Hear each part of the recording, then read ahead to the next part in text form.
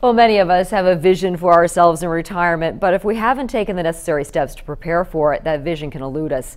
Author Jack Tatar has written about what he calls the 4 keys to a safe retirement. He sums it all up in his brand new book, Safe for Retirement. Jack, good having you on the show. Becky, thanks for having me. I really appreciate it. We have these 4 keys, and the first key on the list is financial preparedness.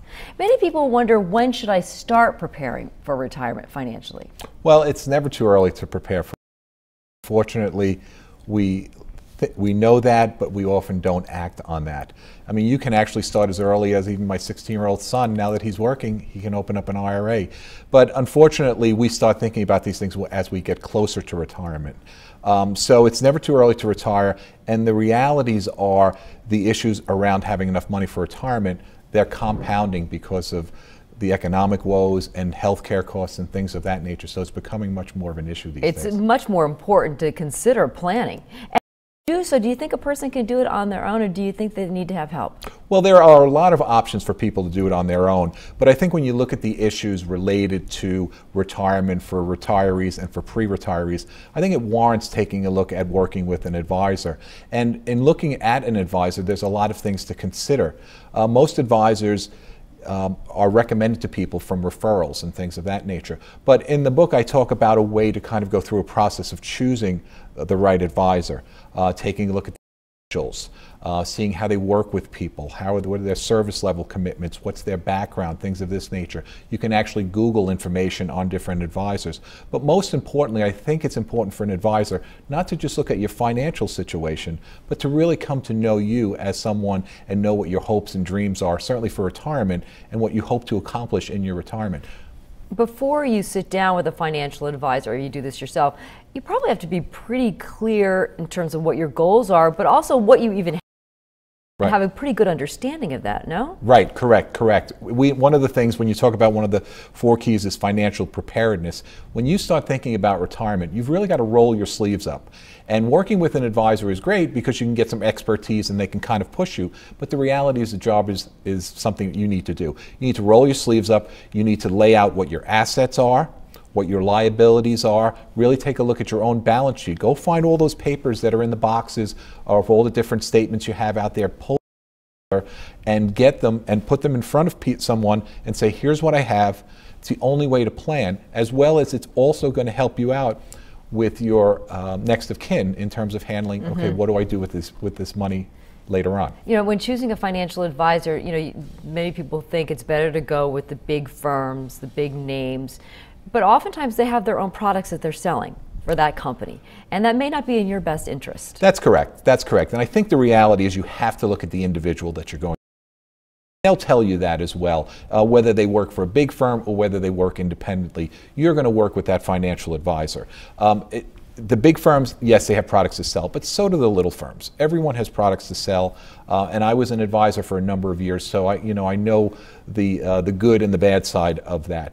But the important thing is to work with someone that you trust, someone who you really feel has your best interests at heart, not their interests. We look at our lives in these various compartments, but you mentioned a holistic approach to your retirement. So how much information beyond what your assets and liabilities are should you disclose to a financial advisor? And I'm thinking, say, for example, health, because health costs are going to be some of the biggest that we're going to have to tackle in retirement. Well, I think one of the interesting things that we're seeing right now is that there used to be this firewall up between discussing health care and health and your finances.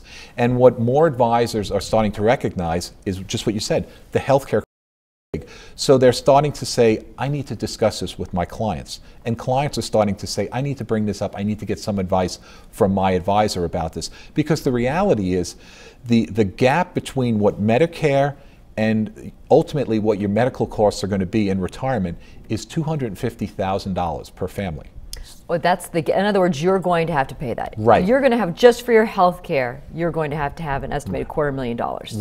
Right. Now it takes in today's dollars. That's correct. And that takes into consideration care and those types of issues. So the costs are immense.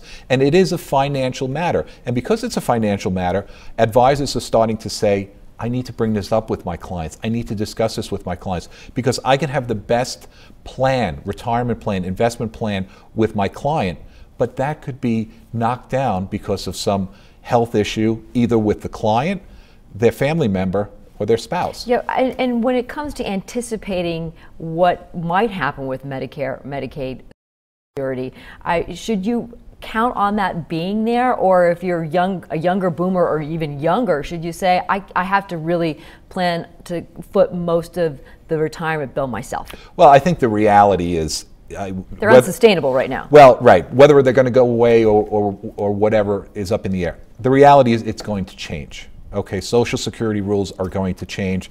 That age that you can get the benefits, that's going to keep moving further and further. Medicare is